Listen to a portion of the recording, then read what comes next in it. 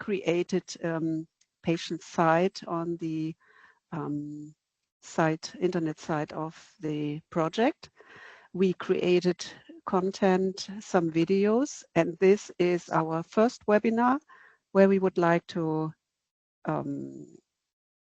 tell you about immunotherapy, about treatments where you can use the immune system, and about the cost action project. And yeah, let's find out if our first presenter, Uzma, is already available.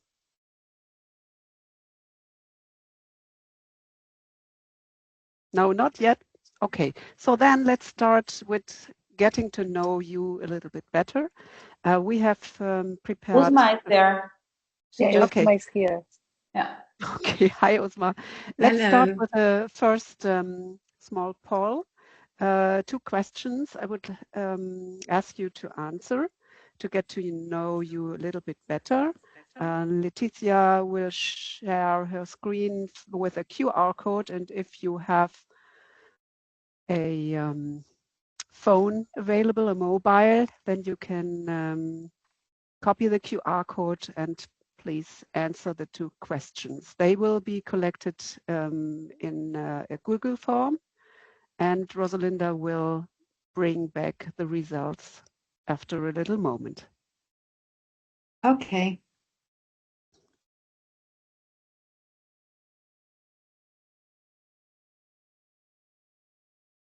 Yeah.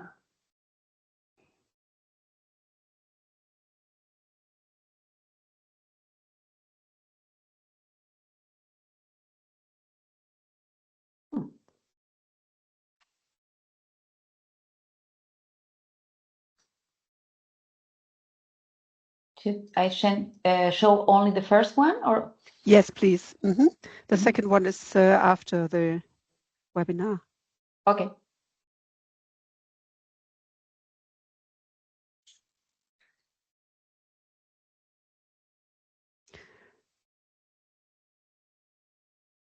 Rosalinda, can you see how many feedbacks we have already?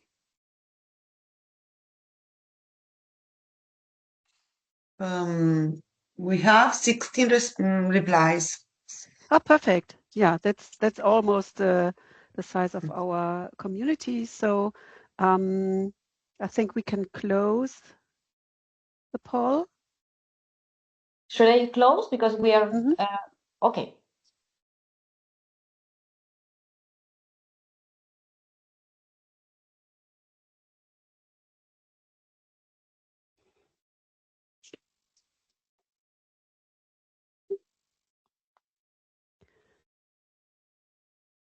Okay, while we are waiting on the result of the 2 questions, who are you and what is your age?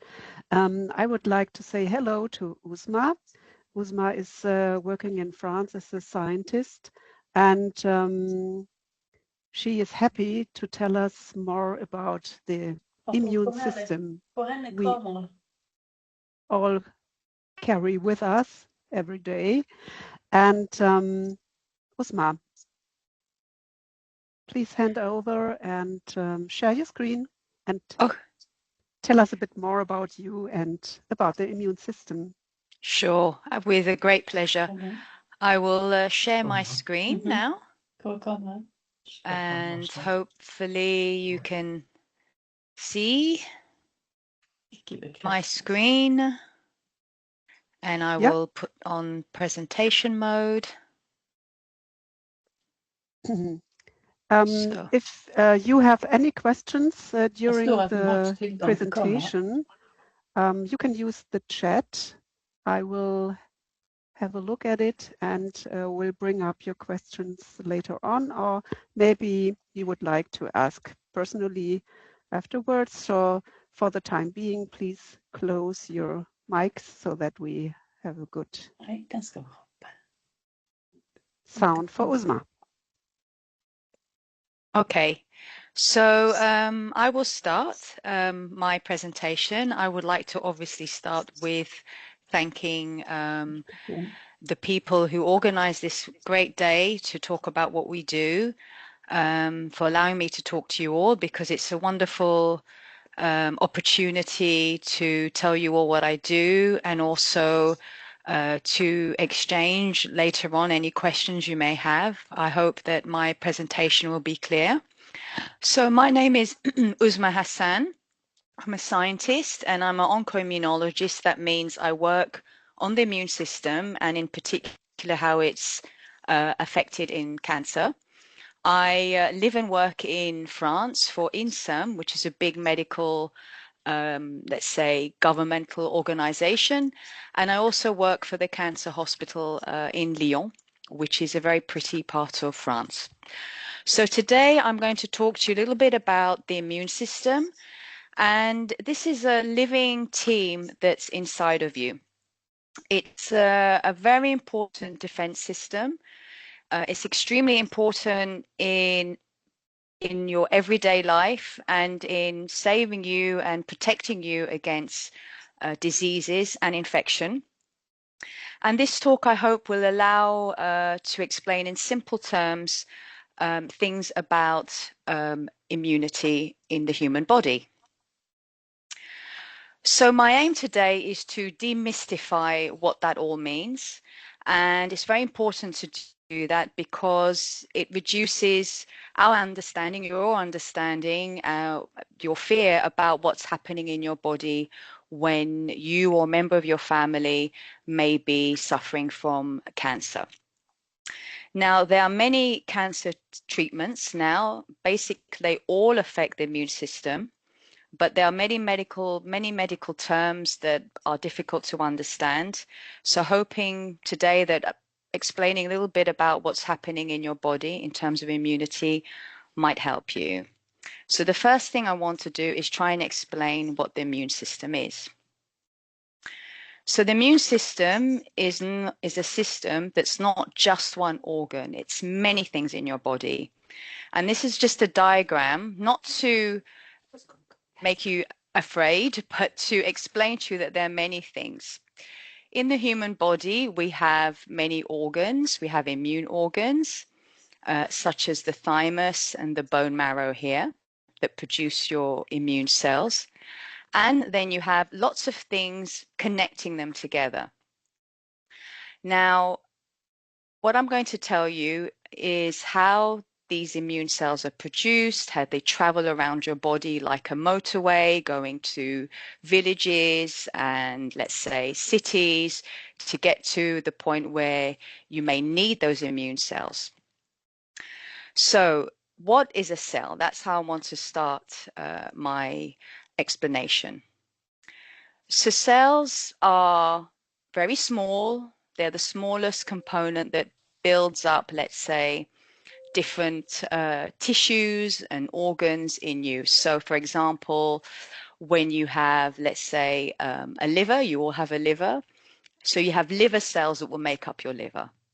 You all have lots of muscles. So you have muscle cells that will make up your muscles. They're like bricks that will build up a house or a building. Now, the immune cells contain lots of things that would allow lots of things to be expressed around your body, and immune cells are found everywhere in your body. They're not essentially, let's say, one immune cell is going to make up one central immune organ. They are going around your body and trying to protect you against infections and other pathologies. So where are the immune cells made? Well, they're made in an area called your bone marrow here. And this is where all the immune cells are made and born. They're also made and born in another area called the thymus. But essentially, a lot of your immune cells are coming from there. And the bone marrow is like producing these cells for you throughout your whole life. So it's a very, very important immune organ in your body. So most of you may also know that your immune cells can be measured in your blood. So you're probably wondering, how do those immune cells from your bone marrow get to your blood? So they can go out and enter your blood circulation. As you can see here, these are all your blood cells. You've got red ones here that are carrying your oxygen to help you breathe. And then you've got your immune cells that are coming out of the bone marrow and going in to your blood circulation. And as I mentioned before, your blood circulation is like a motorway, and you'll have then some smaller routes that will get you to villages and cities around your body. So you can imagine that your blood circulation is acting like the main motorway, and it will go through your vein, your capillaries, and sometimes it will leak into some tissues. And that's picked up by, let's say, other little routes that are called lymphatic capillaries. And these are leading to a larger immune motorway. So you've got your blood circulation, and then you've got an immune motorway. And this is what we call the lymphatic system. This is all highlighted here in green, as you can see. And this system, this motorway system, is also very important because it's carrying then your immune cells around to your tissues, and then which will then go to other structures that you may have heard of, called your lymph nodes. And lymph nodes you may have heard of because they often swell up when you have an immune reaction. If you're trying to fight off an infection, when you go and see your doctor will feel maybe around here and say, oh yeah, I can feel like your lymph nodes are a bit swollen here. Well, that's what your lymph node is. That's where your immune cells are going. They're very active. They're doing lots of wonderful things to help you fight off infections and diseases. So these are your lymph nodes. So in your lymph nodes, in your circulating blood, in the tissue, you've got many of these immune cells, okay? And together, there are many types of immune cells, but together they all work together to create something called inflammation. Inflammation is like something that you can imagine as being hot. That is something that is really important to fighting off cancers that might be developing, or to fight off maybe some cells that don't look normal and that will kill them off before they actually develop into a cancer. Or when you get infected, you might sometimes get a bit of a fever, and that's what's actually your inflammatory response. So when people get fever, they often think, well, I don't feel very well, but it's actually a good thing to have in the assistance of like an infection, etc.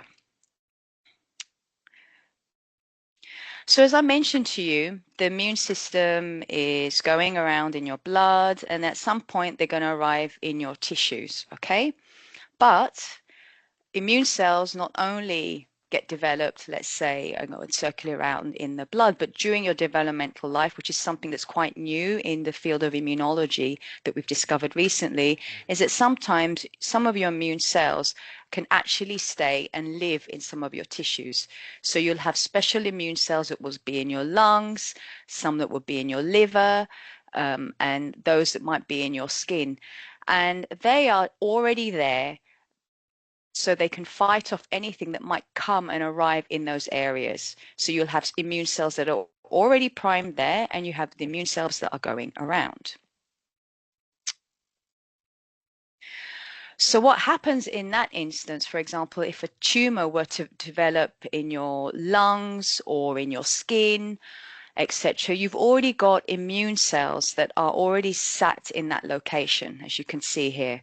Here are the cells that are being transformed into tumor cells, and here are the other colorful cells that are your different immune cells, and they are already there to help you fight off some of your tumors. As I mentioned before, they are not the only cells. You'll also get help from the cells that are coming into your blood that are going into those areas. And that's important to know, that you've got all your immune cells trying to fight off the best way they can a tumor in a given area. So you may ask yourself, Uzma, why is it that you're saying we have this wonderful immune system, but why are we struggling? Why is my body struggling to fight off those tumors? Well, I wouldn't say tumors have a brain, but they are clever because they have developed ways to counteract your immune system. There's almost like a battle going on. And what they've done is to develop ways to block your immune cells to respond to them. Remember, those tumor cells that are in your body are coming from you. So sometimes your immune system might say, oh, that's me, I'm not going to attack you. Or the cancer cell might produce things that would, let's say, make the immune cells less responsive. Another thing a cancer cell might do is drive your immune cells to become overworked. Just like your boss might drive you to overwork and you get tired, you can't produce very well. And it's a very similar phenomenon with cancer cells. They will drive your immune cells to get overworked and become tired. Now, another thing a tumor cell can do is that it can express some, let's say, molecules that will bind to an immune cell, as you can see here. This is called a T cell, and T cells are very important to kill off a tumor cell. And what a tumor cell can do is block this particular T cell, for example, through two molecules, let's say here PD-L1 that's on the tumor cell, and it will bind and stick to another molecule on your immune cell and will put a brake, let's say, on your immune cell to kill it off.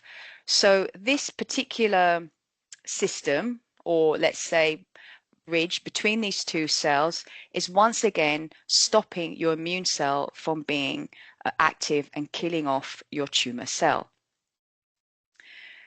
So what immunologists have done, and that will go, there'll be another presentation afterwards that will explain this a little bit more, is that there are treatments that some of you may have heard of that will break that bridge, or break, let's say, block the break that's between the immune cell and the tumor cell here.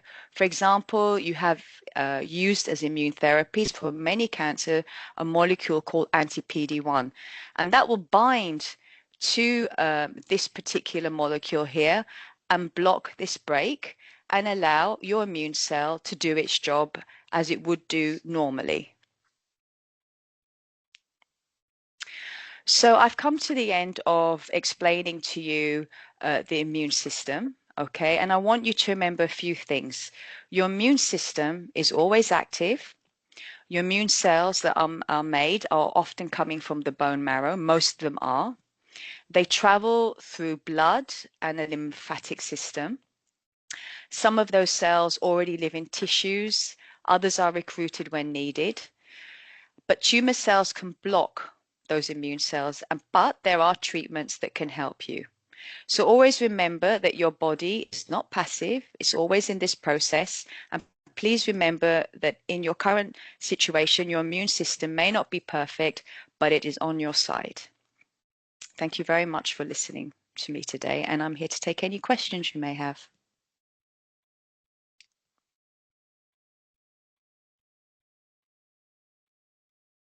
So I have to unmute my micro first. Thank you very much, Uzma, for this overview. Very clear and quite some new things I've learned today. From the community, are there any questions you might ask? Or maybe they come later, then I would like to start, Uzma. You told us that immune cells are produced throughout your whole life. Do you know if there is any difference in age when you're a child compared to in your mid-years or when you are getting older? So that's a very good question. And there are many immunologists working on immunity and aging. So, for example, when you're born, your immune system is quite naive. Okay.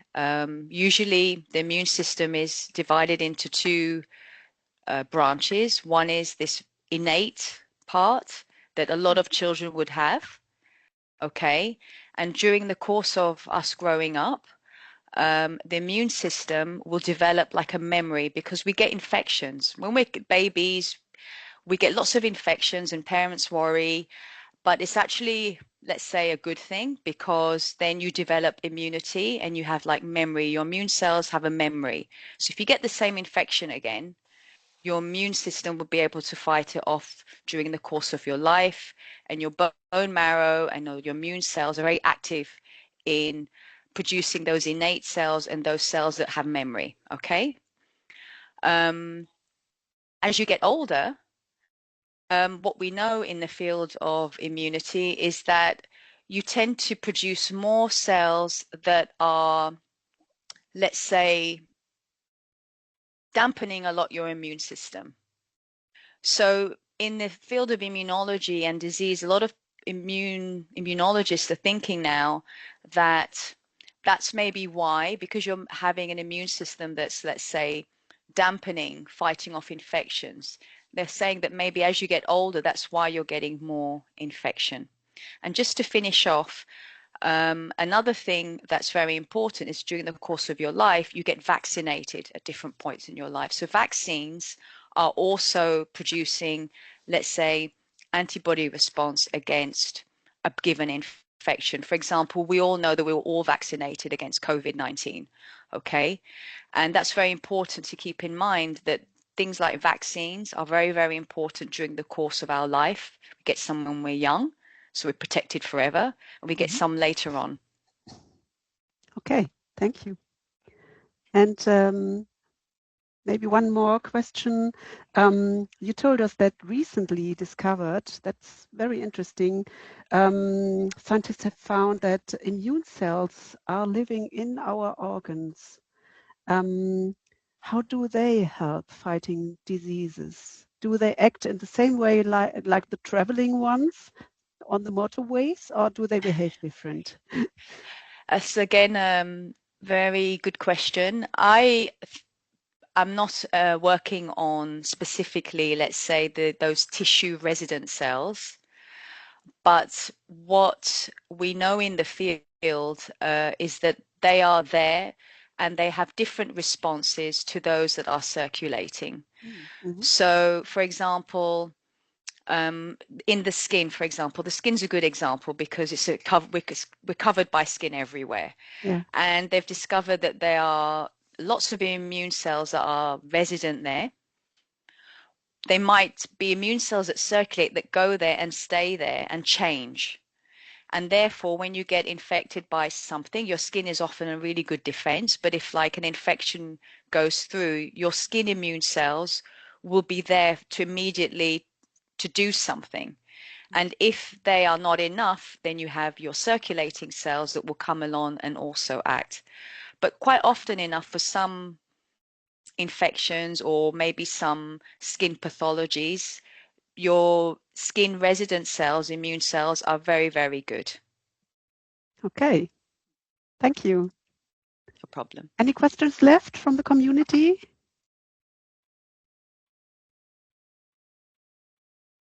Oh, Laetitia. Okay, maybe it's something that patients ask themselves, because Uzma has explained us that we have an immune system that's able to fight tumor cells, right? In principle. And do you think if we take care of our immune system, if we try to improve our immune system, can we prevent cancer, or can we prevent a relapse or something like this? Do you think this is really something we need to take care of, Uzma? That's really interesting, because it's really becoming more and more studied, how we as humans should take more care of ourselves. So what does taking care of ourselves mean? Taking care of ourselves means eating well, exercising, not to smoke. You know, there are many parameters that are important, and there are many studies showing now, especially in, let's say, for exercise, that this is a really, really good thing for the immune system. You know, for certain cancers, it could be seen as a good thing to do while you're being treated for a cancer, that you will respond better. So that's one study that came out that got a lot of attention in the press about a few months ago in respects to colon cancer treatment, that exercise was associated to a better response to certain treatments. So that's a good example. And to go back a little bit further, yes, of course, if we have a good lifestyle, then obviously we have less chance of developing a given cancer. It doesn't mean that we're not going to get one, but it means there might be less chance. But it's more complex than that, but I would say yes. Thank you.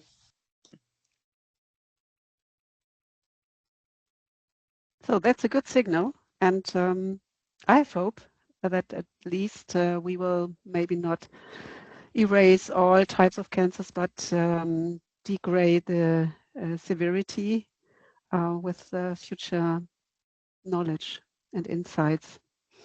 All right, so we have another very interesting topic to handle. Thank you very much, Uzma, for the introduction to our immune system. And now we want to talk about how we can use the immune system to fight cancer.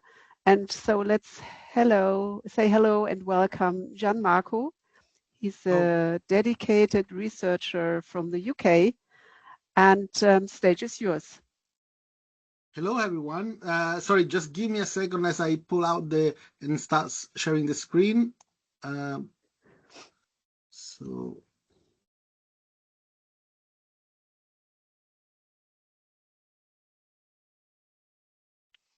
Right. What do you see? Do you see? No, probably you don't see that. We can see your screen with the first slide. Right.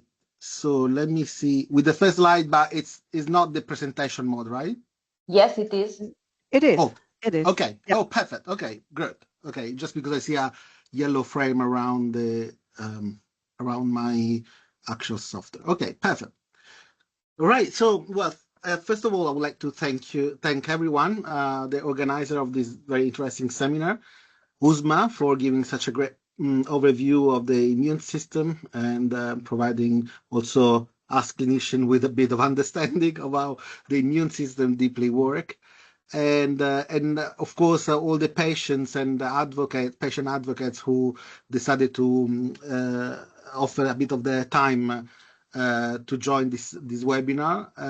It's always a pleasure and a privilege to be able to talk to you and get your feedbacks and your questions. So I hope this seminar will be of interest to you. All right, so let's see.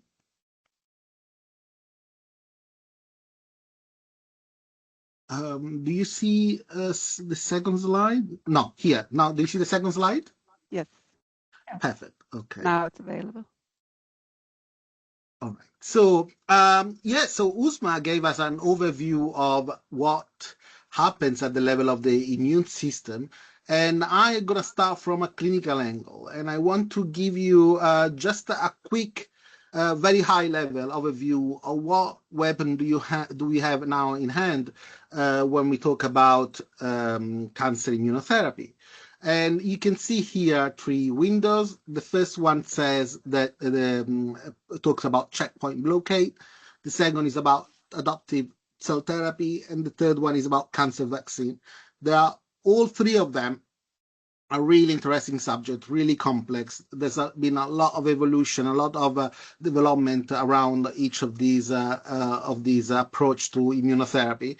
But today we will be focusing on checkpoint blockade because it's the most common one, and especially for solid cancer.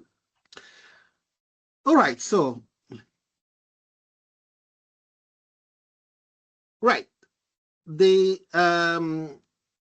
to understand immunotherapy, really, we have to look at this kind of synapse between the T cells that you see here in green and the cancer cells that you see here in red.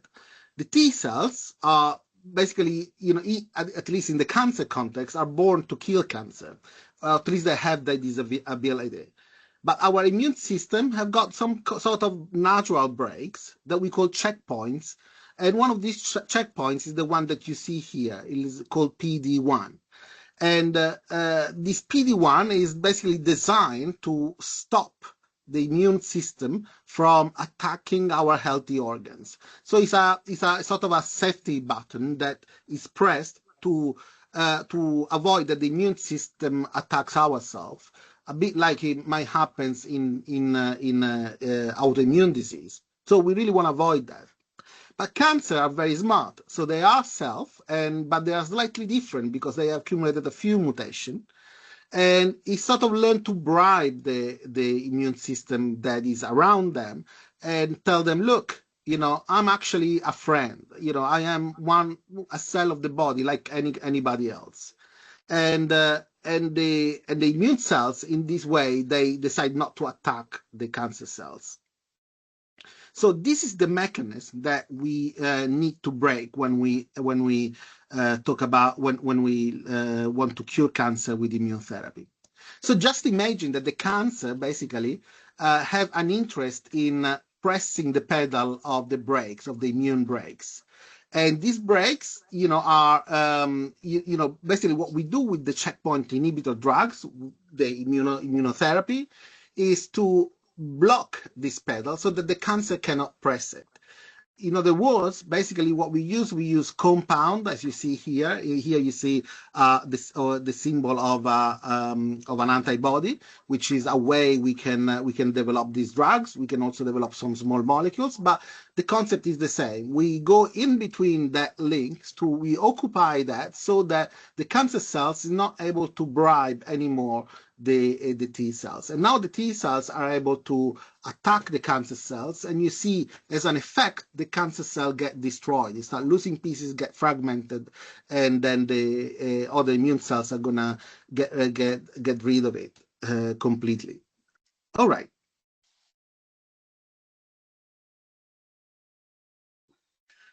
So not all cancer are the same. There are some cancers that we call cold, and therefore and we call them cold because there are not many immune cells that are within the tumor. Or if there are immune cells that actually favor the tumor. But some cancer instead, they are hot. We call it hot because they've got a lot of immune inflammation. So there is a pre-existing immune recognition that can be held back by the checkpoint, by this bribing of the tumors. So obviously for us, it's very important to recognize in advance what tumors are hot, because we do know that those cancers have got a much higher potential to respond to immunotherapy.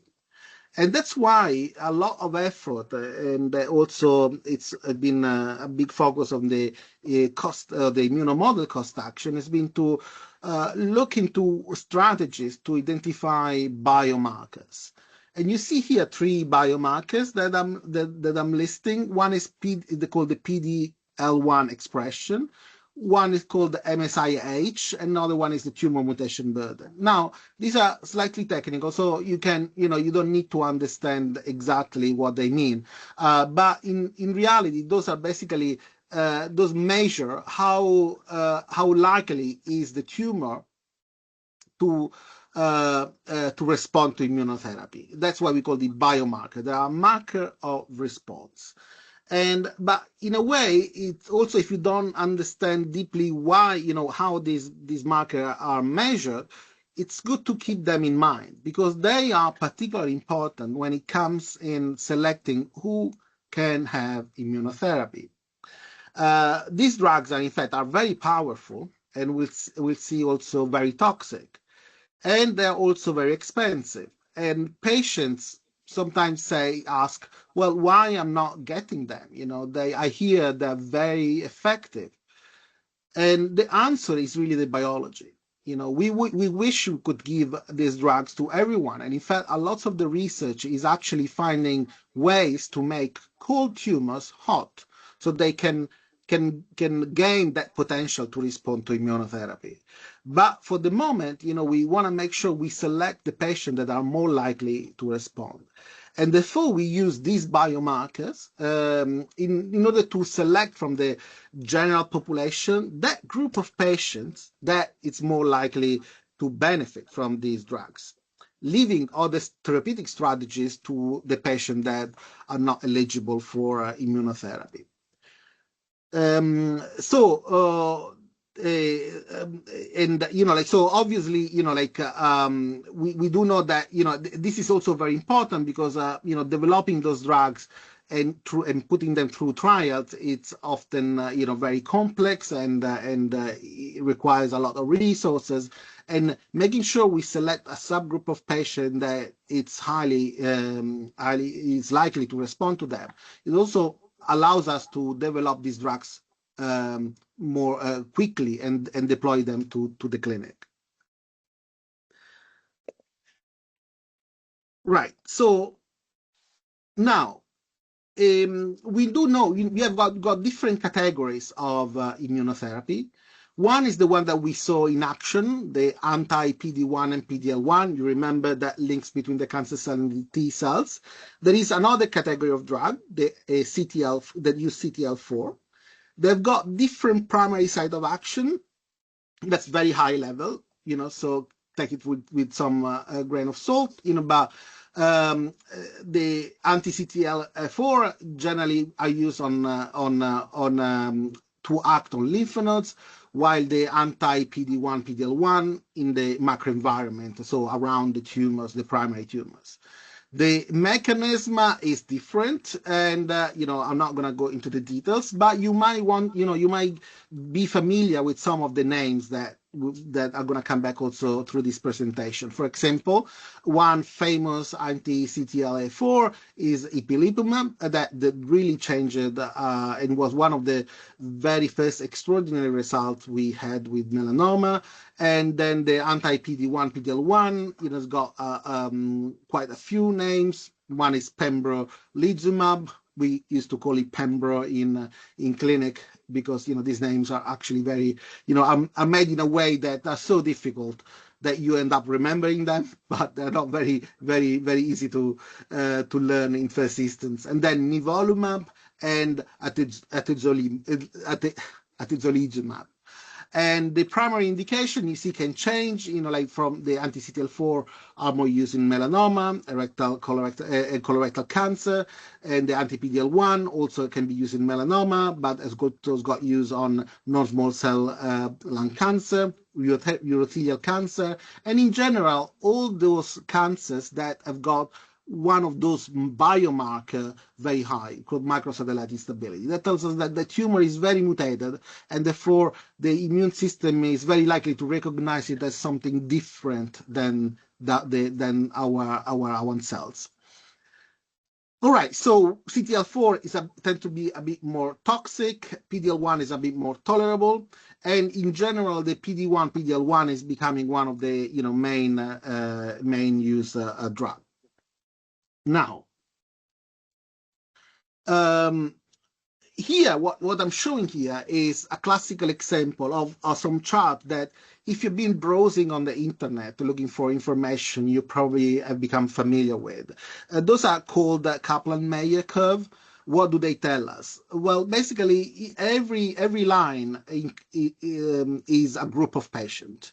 So, for instance, is a group of patients that have a specific therapy versus another group of patients that has got a different therapy, or a group of patients that has a certain stage versus another group of patients that's got another stage. Each of the step and the little line that you see in the along the line are events. Oh, sorry? Okay. Oh yeah. Yeah. Can you see my slide?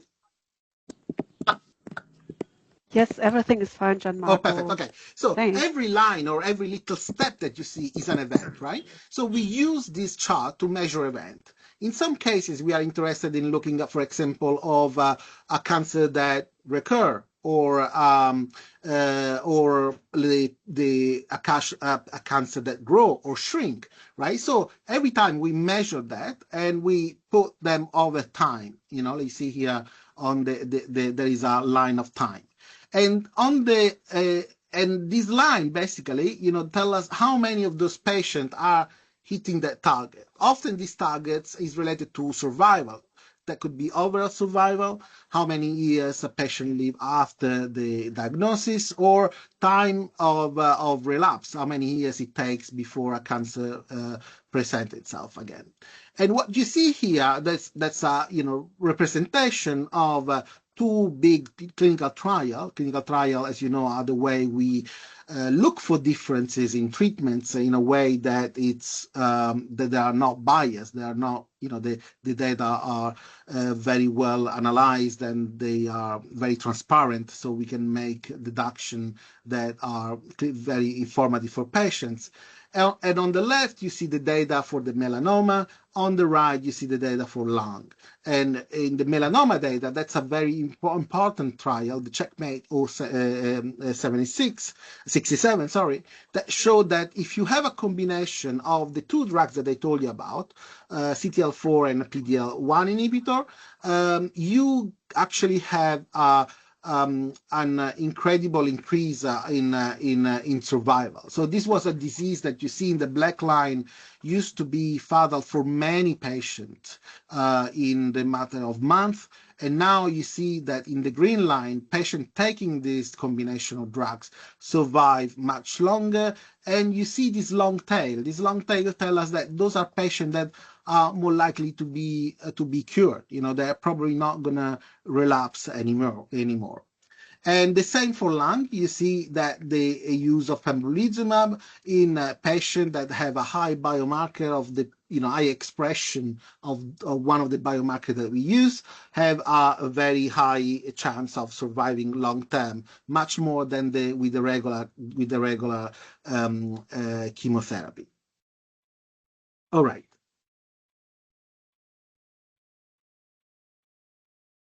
So these results are so positive that we started taking the immunotherapy from trials on patients with very advanced disease, meaning metastatic disease, where our current option were basically depleted, so we didn't have any more chemotherapy, traditional chemotherapy or targeted therapy strategy that were available to them. And now, we are bringing them forward, sometimes even before surgery, in what we call the neoadjuvant setting. And that's because we know that we can train the immune system to recognize cells, to recognize cancer cells. And if we train this immune system, like in advance, we're going to have better response to the treatment.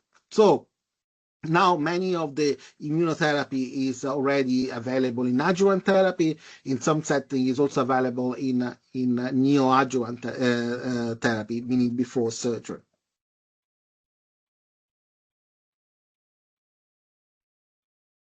And here, I just want to give you a quick overview of the indication of the European Society for Oncology, and and again, please, these are information that needs to be checked with your own oncologist, but it just tell you what among the main cancers, which one are eligible for the treatment. And you see in some cases, like for example melanoma, we know that it's generally a very hot tumor, so very likely to respond to immunotherapy, so we don't even need a biomarker. And those are very high grade evidence, meaning that the quality of the data that we have are very strong. We can be reasonably sure that this is the best treatment for the patient. And you see there's a lot of there's efficacy also on the lung adenocarcinoma, and in the adenocarcinomas with high expression of PD-L1, the renal cancer cells, and across many tumors. Pan-tumor means, for many tumors for which, for example, we don't know the primary, but the list could go on and on. For example, for triple negative breast cancer, there is an indication for immunotherapy. The same for esophageal adenocarcinoma with high level of microsatellite instability of PD-L1 expression. So the list is growing as really as we talk, because more and more data are coming from trials. But of course, this power also comes with some serious toxicity. And the toxicity and the effect of the drugs really share the same biological mechanism. So in a way, we are reactivating the immune cells against the cancer, but by doing so, we are also activating the immune cells against our own organs. And therefore, we need to be very, very careful, because these symptoms can really affect the whole body. I have a map that really shows you that basically every organ can be affected by these the toxicity of immunotherapy, from the brain to the thyroid to the lung to the skin to the liver to the bowel. Everything, with itis, every symptoms with itis, pneumonitis, or colitis, hepatitis, thyroiditis, that means inflammation, right? So there is a risk that there is an inflammation anywhere in the body, and those toxicity can show up at any time. Really, there are some windows that we know that are more likely for a certain type of toxicities, but really there is no rule. So it's really important for patients to be aware of that and to communicate that very clearly with their doctors. And in fact, we sometimes we have a lot of hope about the immunotherapy, and we to the detriment of chemotherapy. I must tell you, please do remember that chemotherapy can cure cancer, and there are very effective chemotherapy regimens that work, for which we know the toxicity, we know how to manage them, and they are often can be less serious than the immunotherapy side effects. So it's really about deciding what is more appropriate, more likely to work for you. But again, also from the patient standpoint, there is no way to know exactly what toxicity, if a toxicity, and what toxicity, and at what point in time the toxicity will show up. So it's really about changing, the way we communicate with patients, and make sure they are really they are aware of anything that can happen, and they get back to us and tell us. We have way to manage those toxicities. They come from the mild grade immunotherapy, mild grade toxicity, where we can just continue immunotherapy, to moderate symptoms, where we start oral corticosteroid, then severe and for life-threatening effects, where we are either to discontinue the immunotherapy, or give high-dose corticosteroid, or even some antibody therapies that are anti-inflammatory, like the infliximab or tocilizumab. And obviously, this create patients are always very worried when they hear that, because they ask, well, we have done so much to reactivate the immune system against cancer, and now we are stopping it by giving steroids. But the good point, and the thing that I really would like you to keep in mind, is that all our data suggests that there is no impact in survival, so in the efficacy of immunotherapy, when we have to use those high-dose corticosteroids or other drugs to control the symptoms. So, like even if you develop a toxicity, and we are forced to treat that won't affect the efficacy of the treatment. So 5 points that you might want to take home with you when you are proposed the immunotherapy in your dialogue with the doctor could be: what's this specific biomarker that justify this immunotherapy? Why do you know that I'm going to respond to that? Am I having this drug to cure the cancers, meaning to remove and wipe away any possible cells that has remained after surgery, for example, or to control advanced disease? am I using this as a single agent, or am I using that with other chemotherapy, for example, or targeted therapy? And what should I expect from that? What are the 3 most likely immune-related side effects that I might develop? And obviously, you want to make sure that you are, like in contact with your specialist nurse and with the team to make sure that when you're taking immunotherapy, you have always someone to refer to if you are developing toxicity. With that, I'll close it here, and I'm open to any question you might have. Thank you.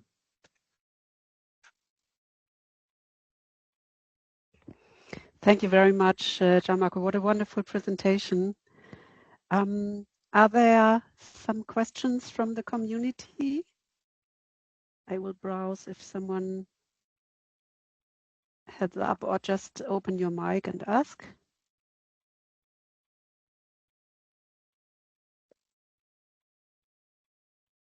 I can't see, but of course I have some. Sorry, Gianmarco. Sika, just want to say that on the first slide I had my email, and you can get in touch with the organizer. I'm very happy to share my email should you have any second thought about question. And I'm also happy to share the slides.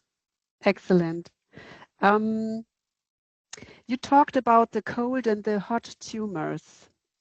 And I'm interested if it's right that the cold tumors, they sound less aggressive than the hot tumors. Is that right? Or do you do this difference because you want to explain the difference in treatability?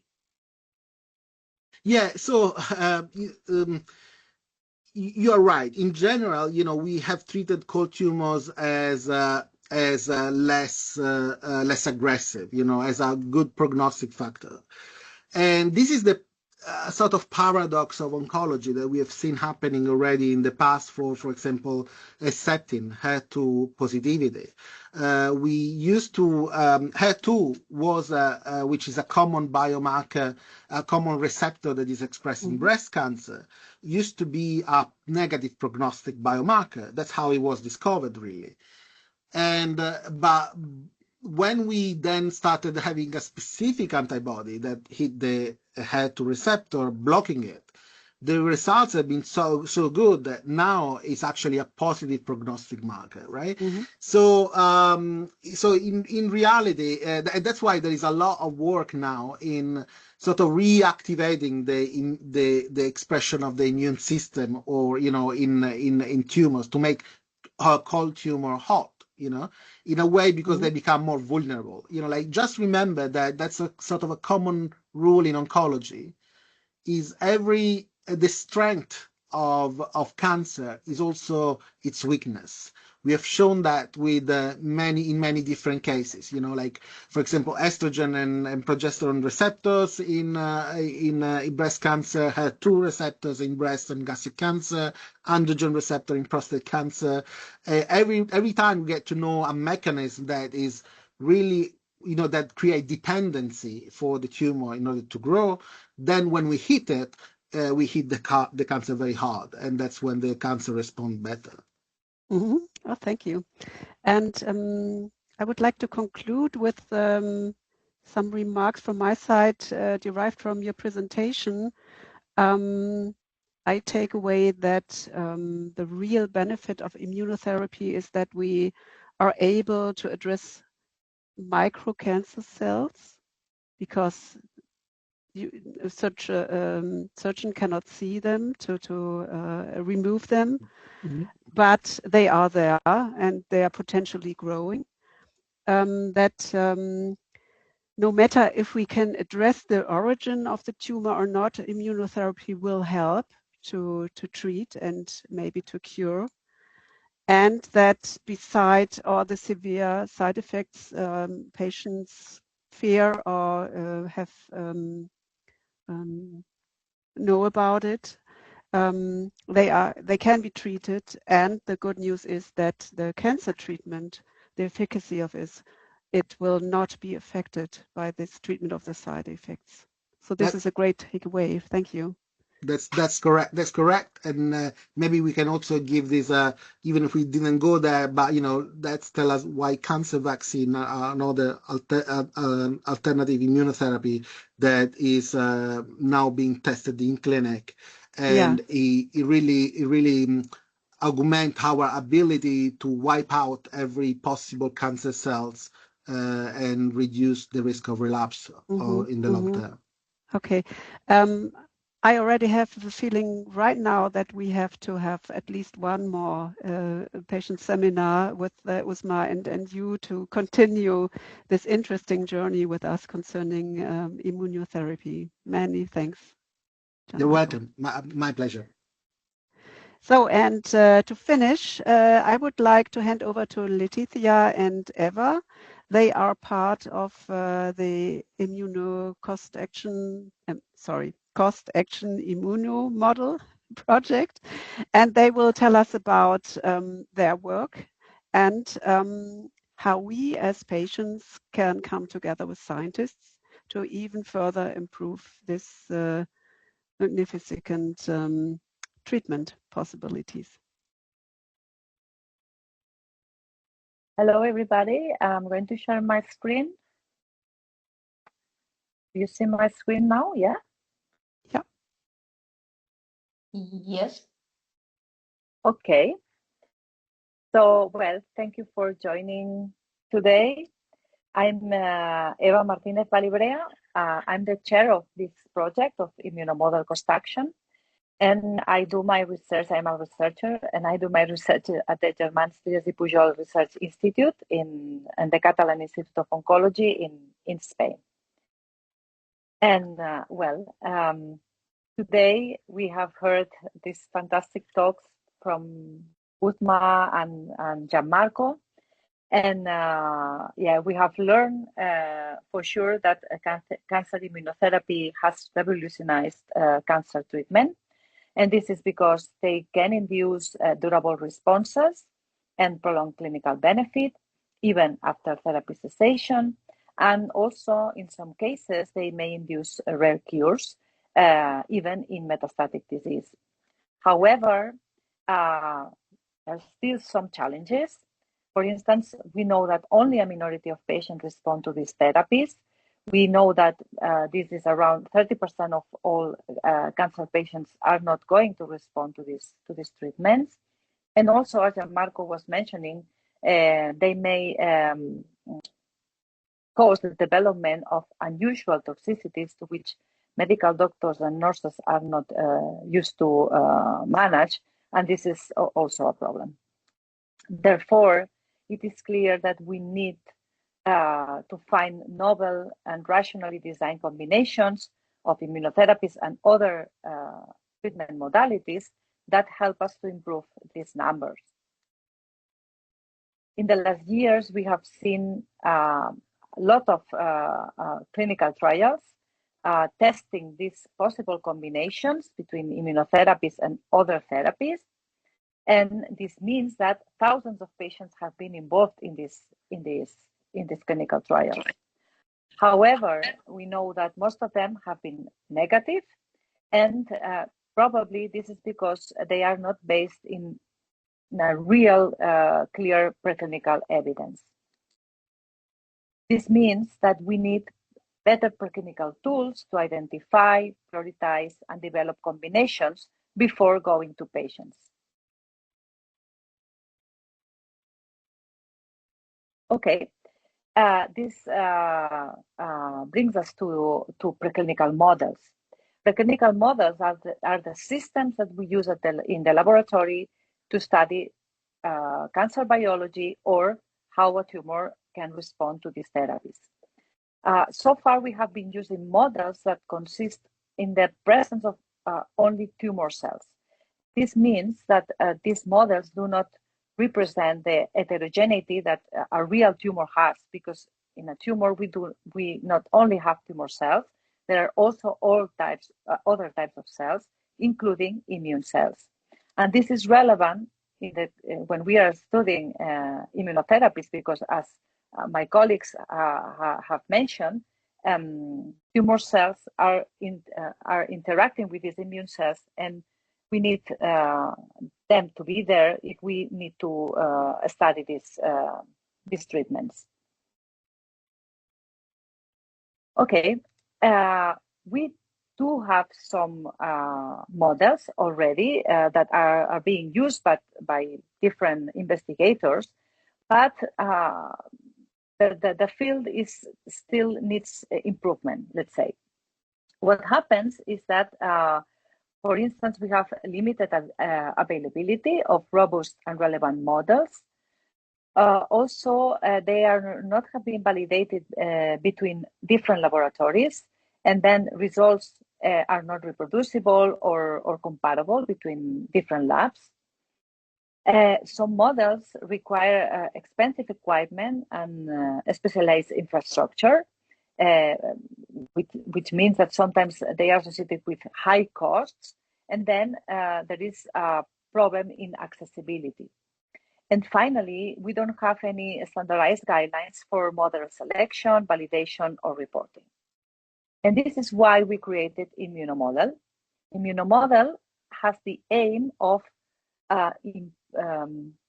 boosting, improving, or helping to develop robust and more versatile models that they are validated and reproducible across laboratories, that they are cost-effective and accessible, and also we have one of our aims is also to provide standardized guidelines and best practices.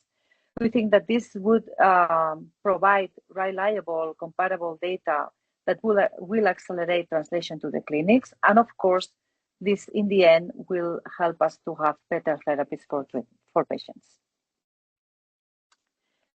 Okay, what are cost actions? The European Cooperation in Science and Technology, COST, is an European funding organization for research and innovation networks that are called cost actions.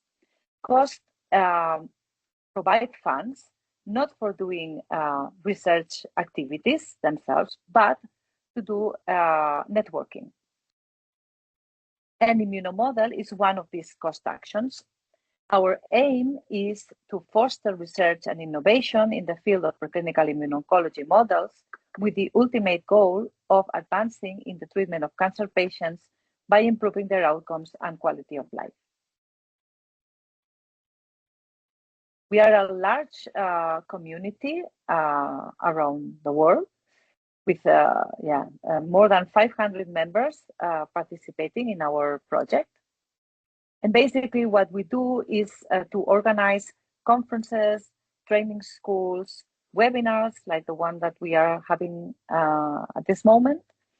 And we also offer mobility grants, mainly for young researchers, so that they can move to other laboratories and learn some techniques. And last but not least, among our activities, we also have this patient task force. We think that the opinion of patients is very important for us, and their perspectives are essential to improve our research.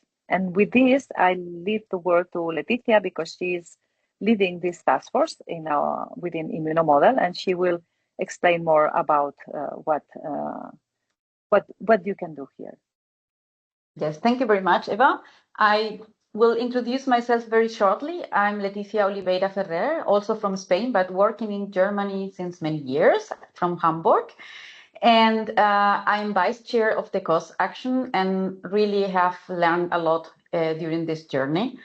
And this COST Action led me or drove me to this patient advocates and patient work. And I think now I cannot imagine any more research without it. So that's the reason it's so important for me to lead this patient engagement task force. And in these last slides, finalizing the journey today, I would like to convince you why should you join us in this initiative, this consortium, this network. and how to do it. So I think if you join or contact us, I think it will help you to, first of all, stay informed about immune therapies. What are they? Which are the developments? How these developments are working? And also to better understand why this development and these improvements are needed, how they are coming forward. But your role could be also a little bit more active if you want to. So if you want to share your experiences with us, I mean, if you have been treated with immune therapies, these experiences are extremely valuable for us. You are a real world expert in immune therapy. So I think this exchange between scientists, oncologists, and patients contribute to really improve research, and a research that reflects much more real patient needs. So your input could influence future projects. The community that Eva presents consists of a lot of scientists working on a lot of projects related with immune therapy. And every one of them is for sure happy to get in touch with patients and to get their input, their experiences, and include this in their future projects. So your input could be from study design, which is, I must admit, not always possible, but also the way that communicate, right? To communicate our projects, our results, because I think patients, scientists, oncologists, we somehow speak different languages, and we need to really come together to a common language to understand better each other and come forward. So if you are interested to contact us or to get in touch, the easiest way is to go to our website. So you will get afterwards the slides, and you will have this link, ImmunoModel, that leads you directly to the patient section. And in this patient section, you have different under sections. Eva, could you move to the next one? Yeah. For example, the first one, which is quite interesting, explains to you a little bit how immune therapy works. And in this section, you will find two very nice videos has been created for this course action, explaining how immune therapy works and side effects and such kind of things. I think they are quite interesting, and you can look at every time you want if you didn't understand anything, so you can repeat it. And I think they are available in different languages. So we are working into improving the amount of languages available. So we have also a section where you can get to know us a little bit better. So Eva has explained a little bit the structure. Here you have some nice slides giving a visual overview of the course action and also the role of the patient engagement task force. And you have also a video, Eva, please, from Eva, that you have the pleasure to get to know today. But if you go to this video, you can have a look on Eva every time you want. Eva is explaining very nicely the aim of this course action and how important it is for everyone to connect and network in this endeavor. Okay, and then we have also a section where you can contact us by clicking this patient engagement task force. You have a contact link that will lead you directly to me, but I am not the only one belonging to the task force. We are a small group of scientists and also patient advocates, including Silke, but Sylvia is also today there, and also representatives from patient associations. So Eva, please, next slide. So you see we have many countries involved in this patient engagement task force. If you do not feel comfortable to communicate with us in Spanish, English, or German, so I will be very glad to forward your concern issue to my colleagues, and maybe to contact your own country, and maybe you feel more comfortable to communicate in your own language. This is possible since our consortia is huge and we are represented by so many countries. So with this, I would like to finish, and I hope I could convince you that your voice as patient matters to us, matters in research. And together, and joining us, we will all learn more and contribute and help together to improve the future immune therapy research. And with this, I would like to thank everyone that attend, everyone that has talked. And you see, this is a very nice community, and we are really, happy to welcome patients interested in joining us. Thank you very much. All right. Thank you, Eva. Thank you, Letizia. What a ride today. Not much to be said to that. Additionally, just turn around from the scientist to the patient's perspective, and I fully underline what you were talking about, Letizia.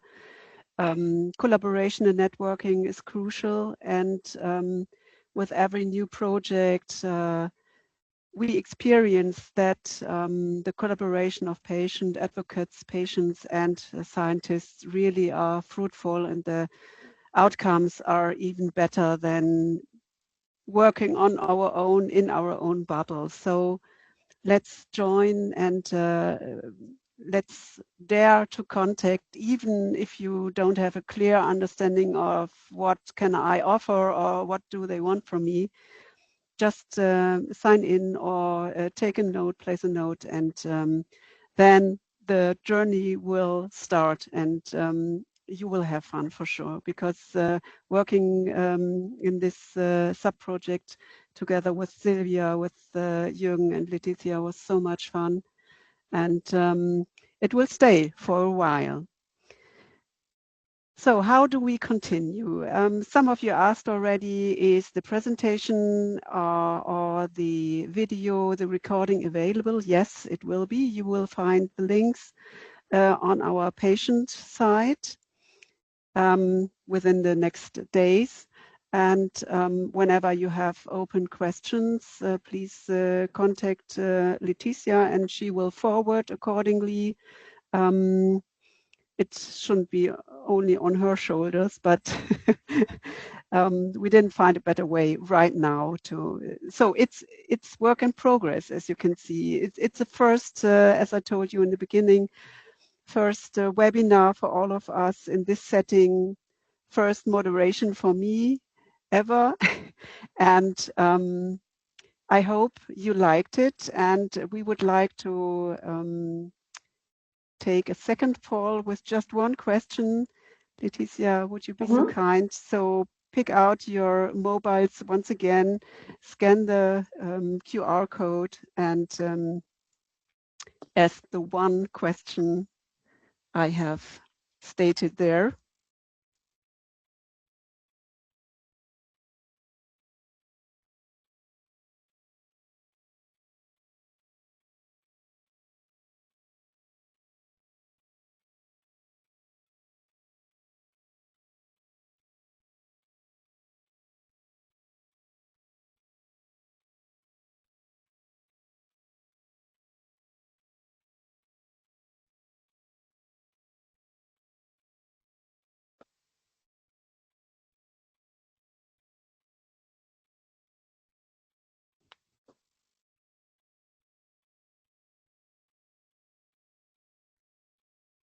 Wow, still 39 persons in the meeting. That's really great.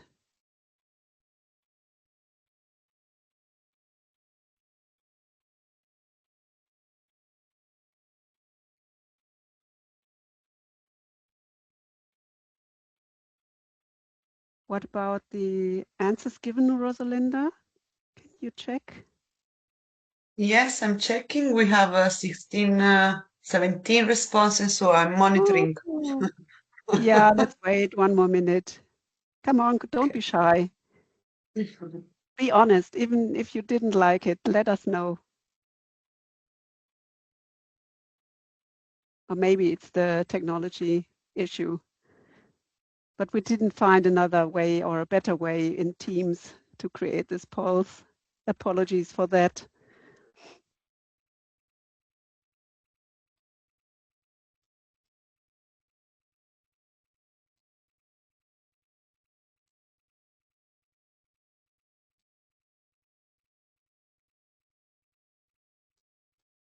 Yeah, it's 5:15. I think we should close the poll.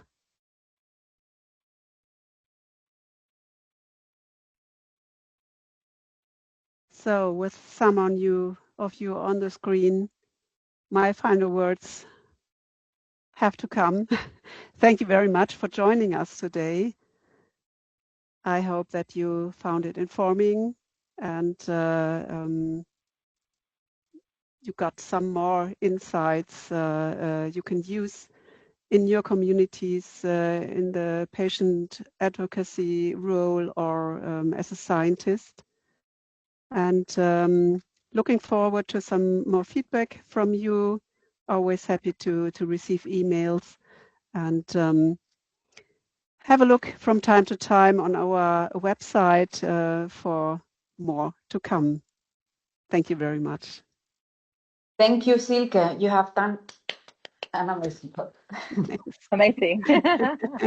Bye. Thank you, everyone. Thank you. Bye-bye. Bye.